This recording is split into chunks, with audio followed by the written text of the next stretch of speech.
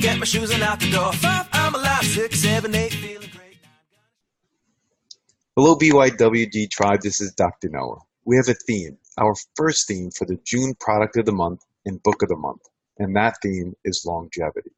Please keep in mind all the links, discount codes, and special offers for the product and book will be listed in the show notes in iTunes, in our weekly newsletter, and on our website at www.beyondyourwildestgenes.com at the Listen Now tab. Our book of the month is The Longevity Diet, featuring the 5-day fasting mimicking diet by Walter Longo, PhD. Our product, company of the month, is Prolon.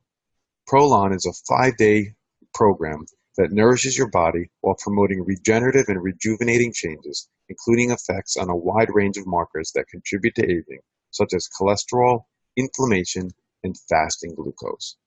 In the month of June, on the Beyond Your Wildest Genes podcast, you can hear cardiologist Dr. Joel Kahn talk specifically about the longevity diet and Prolon's 5-day fasting mimicking diet. Hello and welcome back to Beyond Your Wildest Genes podcast. My name is Dr. Noah DeCoyer and I am your co-host. Today I actually have two guests on, Dr. Paul Ehrlich and Dr. Sandra Kahn. How are you both today? I'm great. We're doing great, thank you. Good. A few weeks ago I was gifted your book, Jaws, The Story of a Hidden Epidemic by our mutual friend, Dr. Barry Raphael, and he graciously connected us. But before I do an abbreviated bio for both of you, and they're abbreviated because they're long and very, very impressive, I have to say this.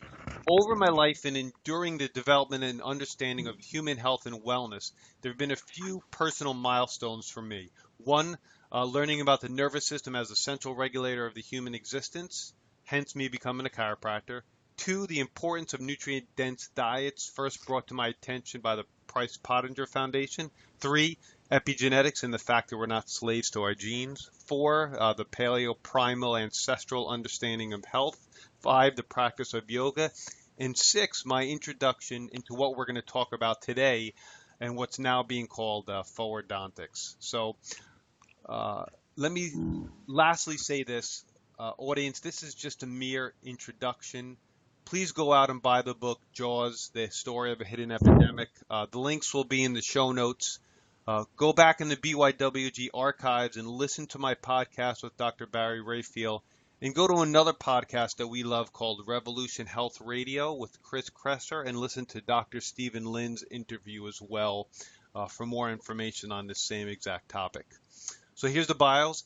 Dr. Paul is a Bing Professor of Population Studies Emeritus, President of the Center for Conservation Biology, Department of Biology, Stanford University, and Adjunct Professor, University of Technology, Sydney. He is the author and co-author of over 1,000 scientific papers and articles in the popular press and over 40 books. Dr. Ehrlich has appeared as a guest on more than 1,000 TV and radio programs. He also was a correspondent for NBC News. He has given many hundreds of public lectures in the past 50 years. Dr. Sandra Kahn is a graduate from the University of Mexico and the University of the Pacific in San Francisco, California. She has done graduate work in the areas of physical anthropology at the University of California in Berkeley. Recently, she retired from traditional orthodontics to focus in Airway Centric orthodontics and pediatric obstructive sleep apnea prevention using Forwardontics. Her approach is to promote harmony of the jaw and not just strengthening teeth, as it is done in traditional orthodontics. Dr. Kahn is an international lecturer and has published 3 books: Let's Face It, A Guide to Your Child's Optimal Health, Facial and Dental Development, GOPex or GOPex, Good Oral Posture Exercises, Your Guide to Being Healthier, Growing Stronger, and Having Straighter Teeth, and Jaws, The Story of Hidden Epidemic. Her personal interests include conservation. She and her husband own Playa Viva, an eco-resort in Mexico, and they have started a nonprofit to protect jaguar habitat called Rain to Forest to Reef. Trust me, these bios are extremely short, and both guests today are truly incredible people in both their personal and professional lives. All right, so let's jump right in. How and why did two people of relatively diverse backgrounds get together to write this incredible book?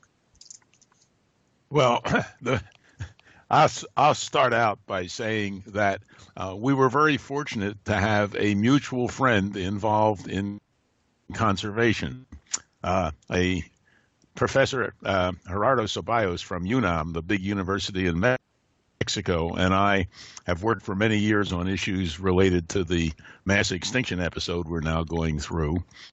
And Sandra is and her husband, very interested in conservation. I've been working with Gerardo on conservation of jaguars, as you mentioned, and he introduced us, and we discovered not only that we have an interest in conservation, but we had an interest in wine, which led to many dinners, and it led to Sandra telling me about this extremely obvious and serious problem that I had totally missed. So, Sandy, tell them what the problem is.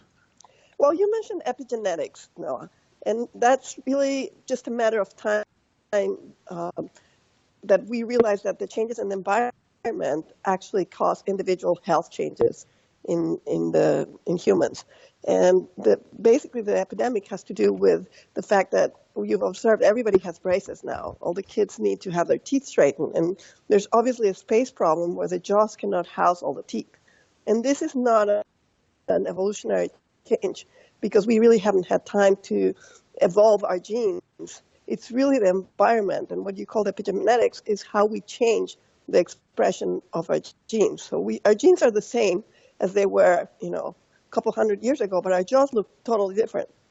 So there is a problem where the environment has changed, so the expression of the genes is not allowing the jaws to grow as big as they need to house all the teeth. Therefore, we have to have wisdom teeth taken out and braces. And that could be just an aesthetic problem, but it really changes the way we function. And when the jaws are not big enough, our tongue is not housed in a space that's big enough for it, so it has to look for other places to live in. So the tongue has to overlap into the throat, and that's causing a lot of airway problems. And the epidemic that we see is that almost everybody knows someone that snores, or they snore themselves. And that is not something that is natural or healthy. So snoring will naturally evolve into sleep apnea, where you wake up when you're sleeping, and that will cause stress. And stress has all the ramifications that we know about. So this is an epidemic that has a lot of end results, and they all come from the fact that the jaws are not growing properly. Yeah, for an evolutionist, it's extremely obvious that we've run a huge experiment on humanity by going from about 10,000 years ago from hunting and gathering into agriculture and then into industrialization. And going along with this has been a couple of things that are really important and that have caused this epidemic. One is we're slowly but surely giving up chewing. An ideal, our genetic system is arranged in a normal environment to, first of all, have babies nursed as much as 3 or 4 years. That's tough to do these days, but at least in those days, the kid got the exercise of nursing, whereas the jaws don't get exercise very much from having milk poured in from a bottle.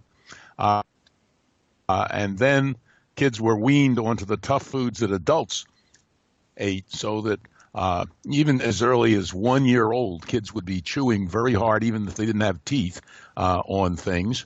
And so they got a lot of exercise chewing. And nowadays, you're weaned to various forms of pap and soup produced by the baby food industry. So you don't get chewing. Then you move on to a largely liquid diet almost. When was the last time anybody listening to this really had to chew at a restaurant? You eat a hamburger, damn near liquid. So the first big thing is we're moving away from chewing. And guess what? If we moved away from walking and kids didn't walk until they were 12, what do you think their legs would be like? Well, now we have that situation with our jaws. And finally, we moved indoors where all the allergens are, so kids tend to have stuffy noses for the first few years of life.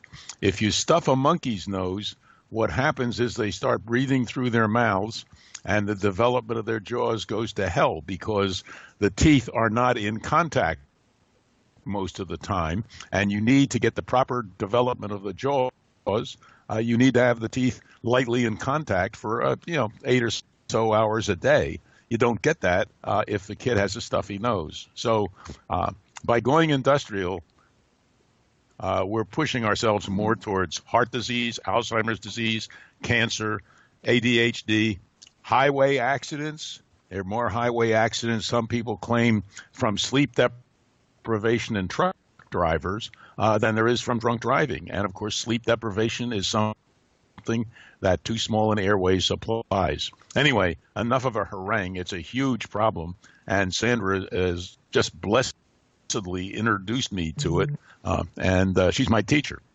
Yeah. So you've outlined the problem, which is too narrow of a jaw, tongue not in the right place, just worrying about cosmetically too straight teeth and instead of being worried about the airway and breathing.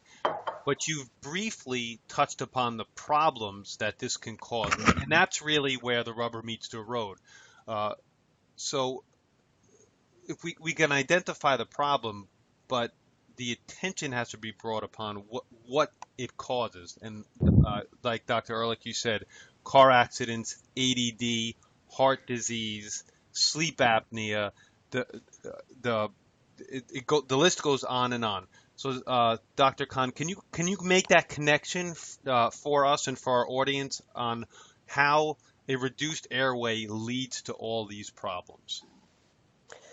Well, a reduced airways, you don't have enough room for the air to travel from the nose or the mouth directly to the lungs. So a reduced airways usually cause, when we talk about too small jaws, about the tongue sitting a lot more far back into the throat. So when you have the tongue blocking partly the airway, then you generate stress. If you think about it, the one activity that you cannot be without is breathing. You can be without drinking water for a certain amount of time. You can be without eating. You can be without a lot of activities. But breathing is one of the things that really takes priority in our survival. So whenever the breathing is blocked partially or there's any problems with it, the body gets into that alarm system, which is our sympathetic nervous system, which is we know it better as fight or flight mode. So whenever you're in a situation of danger, your body will change all of these activities into trying to survive and run away or fight whatever danger is there. So if for any reason you have problems with your airways, so if you're sleeping and your tongue is falling back into your throat, then your system is constantly under stress. And we know the stress hormones that are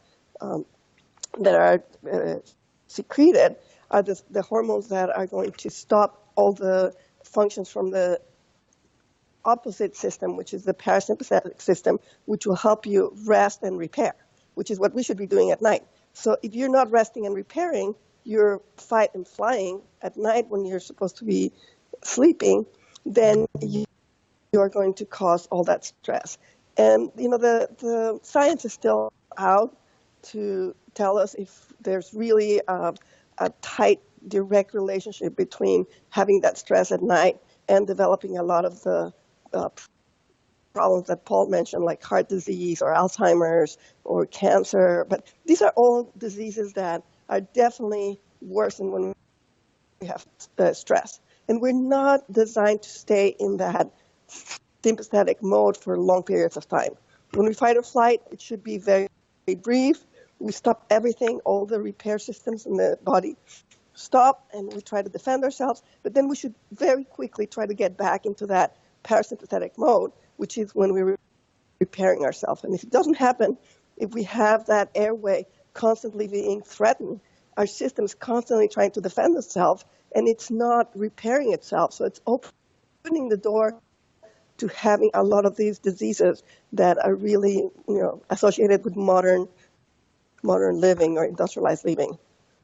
I don't know if that Yeah, that clears it a little bit. absolutely. Now, Dr. Ehrlich, you mentioned you were an evolutionist, and our our podcast for sure is very familiar with that concept. Um, and when I was reading the book, I was very familiar with Price Pottinger Foundation, very familiar with nutrient-dense diets, very familiar with Dr. Weston Price's work. But the chewing aspect really, I never thought of it before, never heard it before. Uh, can you can you Don't feel elaborate? bad. I never heard of it either. I mean, this is the thing that really struck me. It's happened to me in other areas of science too, that there are very obvious problems and obvious solutions that just don't come to you. One of the things that was interesting, I read about 400 papers in the dental literature in the course of working on the book, and we couldn't find out. There's a huge literature, as you indicate, with the Pottinger work and so on the nutritional value of food, and there's a continual barrage. My wife Ann subscribes to about 4 health newsletters that are always talking about how much saturated fat, how much sugar, on and on and on. There's never anything about the toughness of food, the need to chew, the role of chewing in this whole thing. And in fact, going into the literature, I, at least so far, have been unable to find anything which attempts to assess the toughness of food starting back in hunter-gatherer days and up to today. We know some things. We know when meat grinders were invented and so on. We know when utensils were first started, because we do less chewing when we cut our food into tiny little pieces, or you have to use chopsticks and so on. So there's a huge area that science really hasn't touched. That's why we don't have some of the information we'd love to be able to have put in the book. But the overall patterns are absolutely clear. If, for example, you excavate a Danish cemetery from 300 years ago and measure the intact skulls that you find in the jaws, and then compare it with modern Danes, even in that kind of period, even a few hundred years, our jaws were shrinking. And as far as we can tell, they're still shrinking. And the evidence for what's happening is massive, because as one of my close colleagues, Richard Klein, is the top human paleontologist in the world, the person who knows more about our skeletal evolutionary history than anyone else. And he said to me that, he said, I've never seen a hunter-gatherer skull with malocclusion, that is, with crooked teeth. And it's just super obvious, and yet we all missed it. And so what we're trying to do with the book, of course, is to bring it back to people, and also to give them practical things to do. For example, we've got a list of ways to tell whether your kids are suffering too much from lack of chewing and so on, and what to do about it. We want to get the entire story out, because we need to change how people are trained in medical schools and dental schools. We need to produce many more practitioners that can help correct these problems, to correct the problems of jaw growth, as opposed to the problem of the teeth being crooked. I mean, teeth can easily be moved through bone if you do it slowly, and that's, of course, what orthodontists do, largely to make people look better. But after you've moved them, you got to put in a retainer, because they'll just keep on moving. If, however, you change the growth of the jaw so that it's large enough so that the teeth all fit, you get a cure. You don't need any retainer. The teeth stay in the right place, just like they did in the mouths of those hunter-gatherers. I mean, they didn't have wisdom teeth. Wisdom teeth are just the last of your normal molars that in a hunter-gatherer's jaw were just there at the back of the row of teeth. But now there's not enough room for them. And so there's a huge amount of money spent and damage to the jaw done in the course of extracting wisdom teeth, where if the jaw had developed properly, there wouldn't be any wisdom teeth. You just have all 32 teeth, and the last molars would be there right after, next to the last molars. Well, that's enough of a harangue. Yeah. So Dr. Kahn, so what is so we know what we've identified the problem. We have identified what can happen. What do you do? What are the steps that this new style of dentistry that you've coined as Forwardontics? What's the difference? What can we do to stop this epidemic from getting worse? What do we look for? What do we need to do as parents? What do we need to do as uh, what kind of dentists do we need to look for? You could speak on this for as long as you'd like. Well, we've coined the term forwardonics to really encompass all the therapies, all the activities that you can do to help jaws grow forward. If we think of the airway, it's behind the jaws, so we want the jaws to grow forward as much as possible. And all the activities that can encompassed by forwardonics could be, starting from birth, even from before birth. But from birth, you can start breastfeeding. So breastfeeding could be part of forwardonics, because when you breastfeed, all that work, when you wean your child, all that could be considered forwardonics. So any activity that has the focus of moving the jaws or helping the jaws develop forward. And depending on what stage of the game, you realize that there's a problem. And I think almost every kid in an industrialized society has a jaw that's not expressed its full potential in growth. So, if you find this in your 3-year-old, then you can do exercises, you can, catch up with,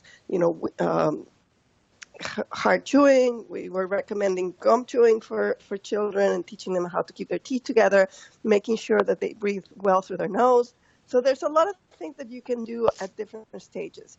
Obviously, most parents will look at their kids and find the problem later on. The biggest thing that it's easy to determine is when you see your kid holding their mouth or hanging their mouth open.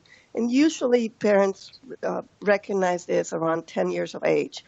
Before that, it's hard for parents to really see things as going the wrong way, because growth hasn't expressed itself all the way. So they're still thinking, my kids are cute and they're going to grow later on. But at 10, 11, into the teen years, and that's really when parents start, requesting to be looked at by an orthodontist. And the orthodontic profession tends to like to wait until all the permanent teeth are in. And Forwardontics really, really encourages very early intervention.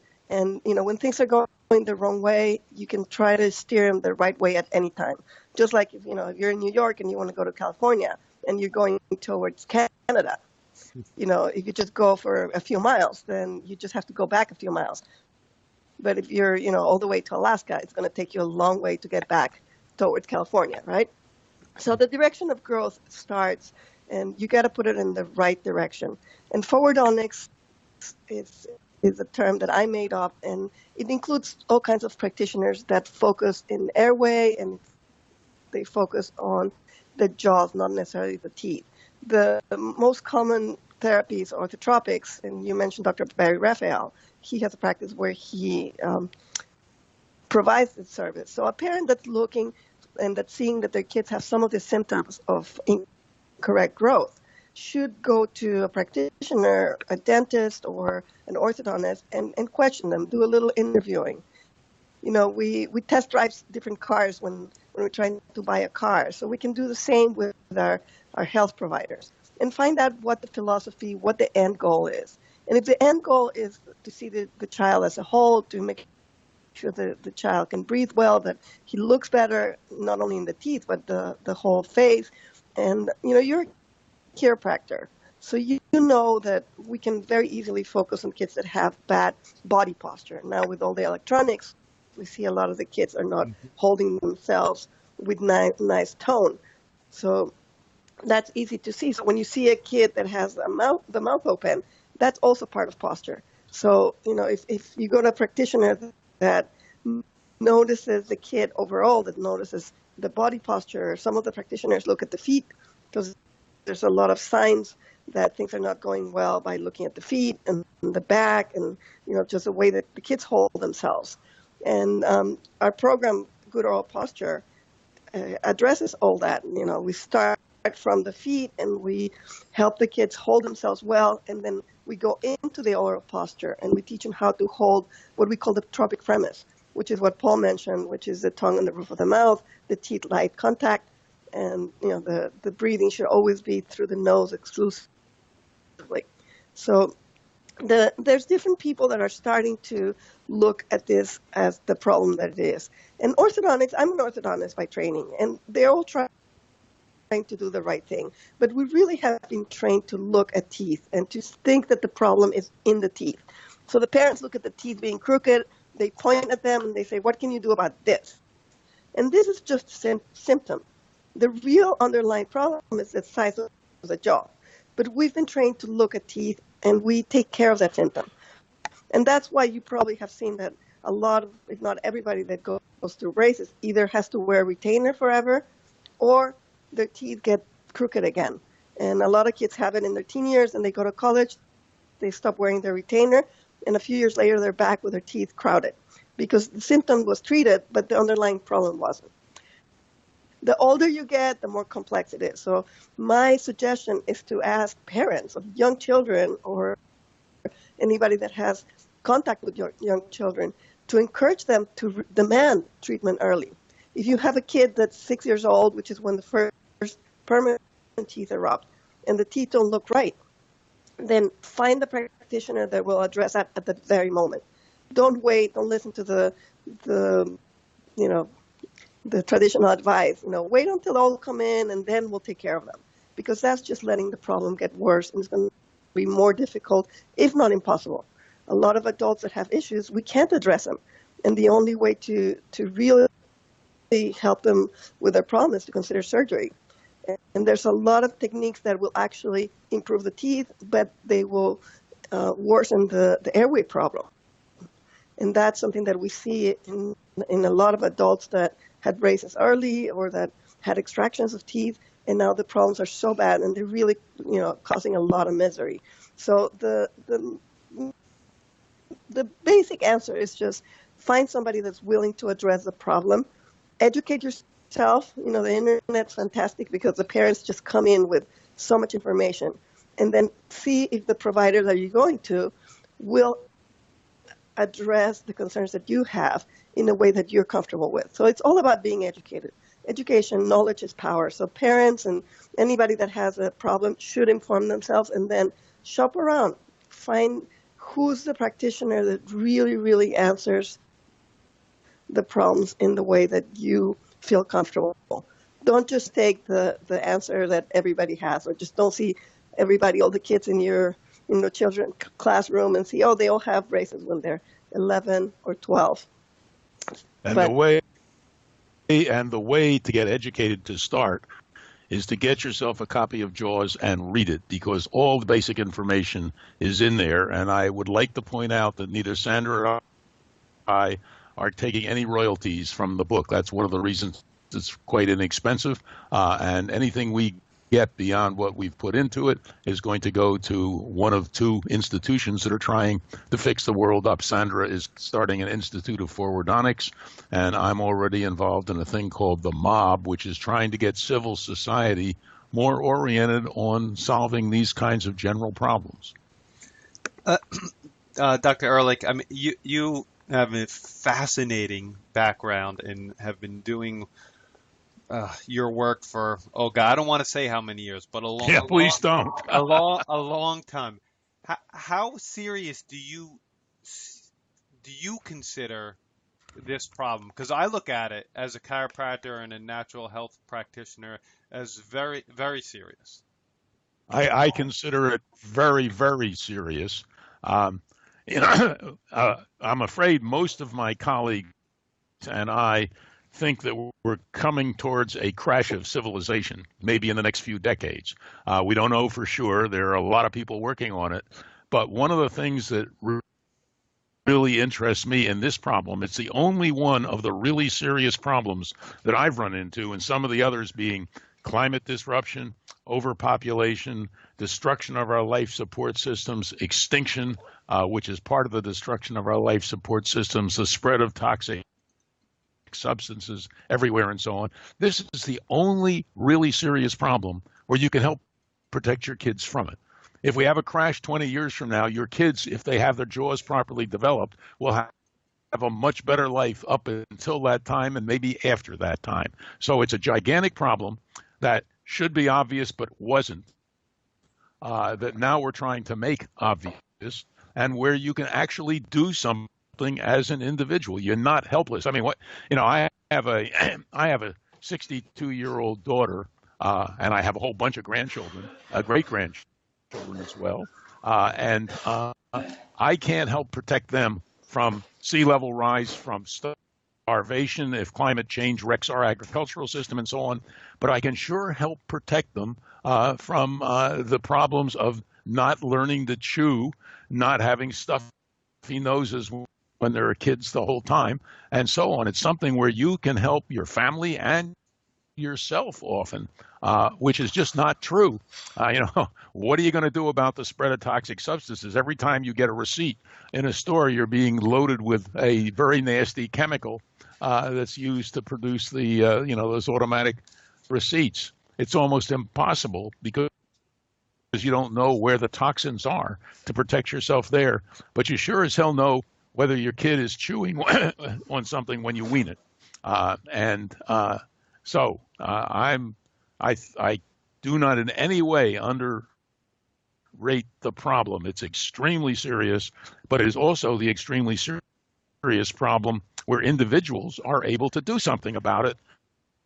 Besides the political action, which we also need to push medical and dental schools into taking a more holistic view of health, and particularly, and this is true of the big problems too, it does have the same characteristic, namely prevention is a hell of a lot cheaper and easier than trying to cure after the problem emerges. You see this in the climate discussion all the time.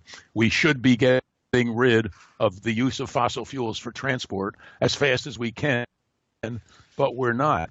But the cost of that prevention is tiny compared to the cost of trying to feed people with a deteriorating under climate change agricultural system or move them back from the coasts and abandon our coastal cities. So this is a good example of a place where prevention really pays off, and we're not doing it. Yeah, I couldn't agree more with prevention. It's amazing how we, in all these different topics, we're always playing the end game as opposed to trying to prevent them from beginning in the first place. Such a huge difference. Such a huge difference. Yeah, it's absolutely. Now, Dr. Kahn, if somebody, no, I totally agree. The book is easy read. It's very to me it's extraordinarily interesting. There's pictures, graphs, explanation. It's a great book. But if somebody wanted to find a dentist that was practicing these forwardontics currently, and I know you're working to make this even better, but what is the best way to find a doctor or a dentist that is practicing this type of dentistry? Well, that's the key issue that we're finding. There's not a lot of practitioners that are focusing in forwardontics today. So the part of what Paul was saying, the proceeds of this book and all the endeavors that we're involved right now are going to go to trying to educate and train more practitioners. Today, there's Barry Raphael, and they have series of initiatives where they are, they're training practitioners and they are bringing more information to mostly general dentists are starting to see the problem. But currently, the orthodontic profession, it's facing a lot of challenges, and this is one of the challenges to have more practitioners that are trained in this holistic way. It's going to take a massive change to be able to have more clinicians that are available for people. Right now, it's definitely a problem. There are many in the United States. I was training in Europe for 2 years. I was working at a university program training residents that are coming out of an orthodontic master's program. But there's the best way to find things today is the internet. And there's a pledge that is being signed by practitioners of all kinds of specialties. And they're pledging that they're not going to do anything that harms the airway, that their airway is going to be their priority. The light at the end of the tunnel is to improve the airway and to do anything to improve the size of the airway and the ability of the patients to breathe better. So that's a pledge that's being signed in the internet. We can give you the information. Dr. Barry Raphael has been a proponent of it. And so a lot of practitioners, anybody hearing this can go in and find out what are the techniques that they can use to improve the airway. So little by little, and with the help of our book, we're going to find more and more practitioners that realize that this is a problem, and we definitely have to modify the current techniques. The current practices and therapies that we have are not all conducive to a better airway.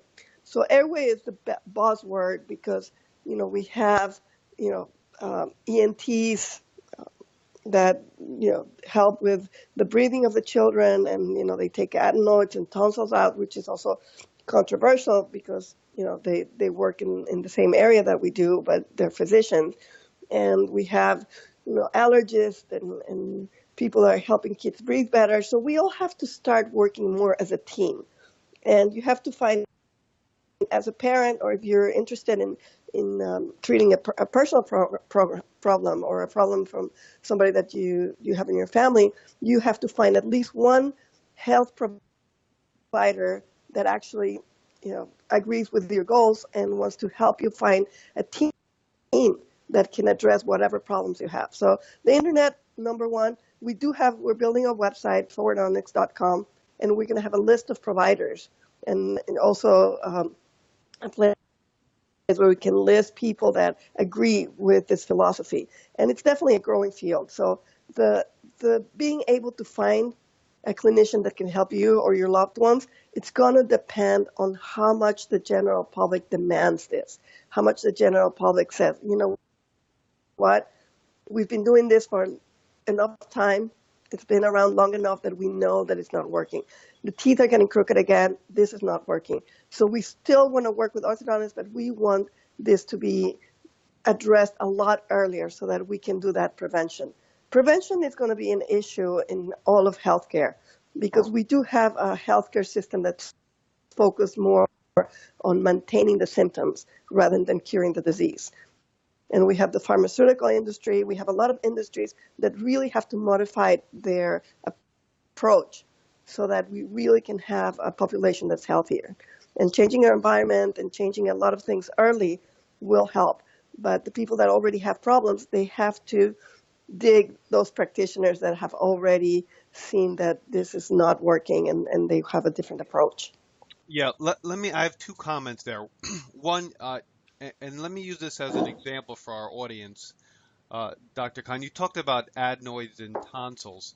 Well, removing the adenoids and the tonsils is an end result, not prevention. So you have an obstructed airway, your child sleeps with his mouth open or has forward head posture or improper lymph drainage, and the adenoids and the tonsils just naturally swell. So ENTs, traditionally trained, think that it's best to just remove these organs that have defined and definitive purposes that are necessary or necessary immune organs, particularly in a developing child. But if we correct the child's posture, correct their lymph flow, their nervous system flow, any kind of subluxations from a chiropractic perspective, and open up their airway, their tonsils and adenoids don't swell, don't get inflamed, and they don't need to be removed. I've seen it countless times, and I'm sure you have as well. Can I put a crack in here from an evolutionary point of view? Yes. You keep talking. We keep talking about airway, but everybody should remember that our nose was designed to do a whole bunch of things, like moisten air, Yeah. warm air, filter out polluting particles. And the airflow, it was designed by evolution to be very specific in ways that it goes, so you get these functions. And the mouth isn't designed for that. So just what you were saying about adenoids and tonsils and so on, it's a system that evolved like the whole rest of the head, as an evolving unit. And when you screw it up, you change the airway, and that is one of the things that you get coming back. You don't want to think of the nose as just a hole through which air can get to the lungs and the mouth another hole. They're totally different, totally differently designed, and when you screw around with them, you better be damn careful. And Dr. Ehrlich, in all of your studies and research throughout the years, I think you would agree that a multidisciplinary approach to solve most problems is the correct way to go. Absolutely. Stanford has, it's the greatest university in the world, but its department structure was designed by an old friend of mine that you probably never met. His name was Aristotle. And if you think of any important human problem, there is no single department at Stanford that can solve it. And one of the nice things about Stanford, even though it has a ridiculous departmental structure, it has many, many scientists who understand the need for collaboration. I've worked very closely with psychologists here, with economists, and so on. And that's the only way you can get at these major problems. And this one is a beautiful example where healthcare providers ought to be taking a unitary approach to this, working together all the time. But in general, they're not. And that's something that we really got to change in our educational system. The human body is a perfect example of that. Yes, Dr. Kahn? No, I just want to definitely underline the multidisciplinary practice, the fact that we need to work in teams. And, you mentioned the adenoids, and already we know in the research, Dr. Giminold, who was one of the pioneers in looking at sleep apnea, he's an ENT, and he's published thousands of articles, scientific articles. He already determined that the adenoids, the problem with the inflammation of the adenoids and tonsils, it's really secondary to mouth breathing. So the adenoids don't get big and then we start mouth breathing, but the other way around. Right. Because we are hanging our mouth open for whatever reason, then the adenoids take over and they start swelling. Sometimes they swell, past the point where they can calm down. But the earliest we address the problem, the better chance we have to get them back to normal, to doing their right job. So it's very important to work together with a team that agrees that the end result is to get the patient healthy. I couldn't agree more. I really only have two final questions. One is a little bit more of a fun question, and I'd like both of you to answer if you don't mind. From waking to sleep time, what are your rhythms and routines, Dr. Kahn and Dr. Ehrlich? I've had very interesting answers over the last 3 years on the podcast, and people have learned a lot about rhythms and routines on a daily basis from this question. Go ahead, Sandra. The rhythm of routines, it's tough because I still have young kids at home, so they keep you from having good routines. But I try to go to sleep at a consistent time. By 11 o'clock, I'm usually in bed, trying to turn all the electronics off at least an hour before I go to bed, which gets harder and harder. As electronics get more involved, there's more email to look at. But I make a point of not looking at any electronics after 10 o'clock. And especially after getting involved in all the sleep research, for me, going to bed at a consistent time and getting up at a consistent time is important. And I'm an exercise buff. I'm a barefoot runner. Nice. I learned from Daniel Lieberman. I don't know if you know him, but his books are fantastic. And he got me into virtual running. So I got to exercise every day. So I wake up and, I take my run. And I find that a lot of people in my field that I admire are also, incorporating daily exercise to their routine. So that's kind of the most important things as far as routine. And then the day, just having young kids is filled with all kinds of surprises. But, usually I try to, just do my work. And I'm not working clinically right now, but usually I do my best work in the morning and then wind up in the afternoon. So that's kind of my routine. Okay. Dr. Ehrlich? Well, we share. I think we share both from a personal enjoyment viewpoint, but also general health. If there's one thing that we know is critical to health, how much fat you eat, how much sugar you eat, and so on is disputed and so on. But the one thing that everybody agrees is use it or lose it. Exercise is critical. One of the reasons I've stayed at Stanford is I can walk, and for my entire career, I've been able to walk the 2 miles to my office and the 2 miles home every day. I'm now in an apartment where there's swimming, and so every morning I swim laps for 20 or 25 minutes. I agree also in getting up at the same time and going to sleep at the same time. It's absolutely important that you get something in the vicinity of at least 7 hours sleep. There's a lot of individual variation there. As an answer to old age, Ann and I always quit working. We often work in the evening if we're not socializing, but we always quit by 10 and watch a Netflix or something until 11, and then listen to the news and go to sleep. Get up in the vicinity of 7:30, something like that. I don't have as big a problem as Sandra does with kids. Our daughter sleeps through the night. Now she has a CPAP machine. She's fully housebroken, and she's a grandmother. So at 62, I don't have to worry very much about her, but I do have great grandchildren that I can worry about. So, and the other thing I want to say is I work like hell because I took a course into something I love. When I was younger, I loved doing field work in evolution, going around the world and working with natural populations and so on.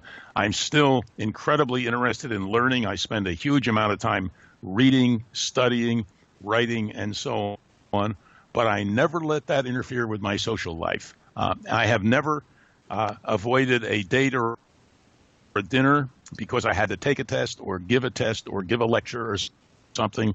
First thing is socializing with your friends, and there's a sizable literature which shows that's one of the best things you can do for your own health. Have a really good support group. So I tremendously enjoy my friends, and Ann and I socialize, I would say, an average 4 or 5 evenings a week, and don't regret missing the work. Those are beautiful answers. We're going to do our best to promote your work. We will make Jaws one of our books of the month for sure before the end of the year. We'll promote the heck out of the podcast. Thank you both for being on. I appreciate it. Any last words? Oh, thank you very much. It was really wonderful of you to give us the exposure on this really important problem where we share the same views. Absolutely. I think you're doing a fantastic job because the most important thing right now that we've identified the epidemic is building a network. People have to listen and be informed of the problem, but they also have to start creating the network that will address these problems. And having a podcast is fantastic. Thank you. I agree. Thank you very much. My name is Dr. Noah DeCoy, your co-host, and you are listening to the Beyond Your Wildest Genes podcast. As said, the link to the book will be in the show notes and eventually featured as the BYWG Book of the Month. If you like what you've heard today, please share this with your friends and encourage them to subscribe on iTunes. You can subscribe to our incredible weekly email at www.beyondyourwildestgenes.com. Thank you. And as my oldest son, Hayden, says, who has, and both my kids have been under the care of a forwardontic dentist for 7 or 8 years already. Be awesome and never unawesome.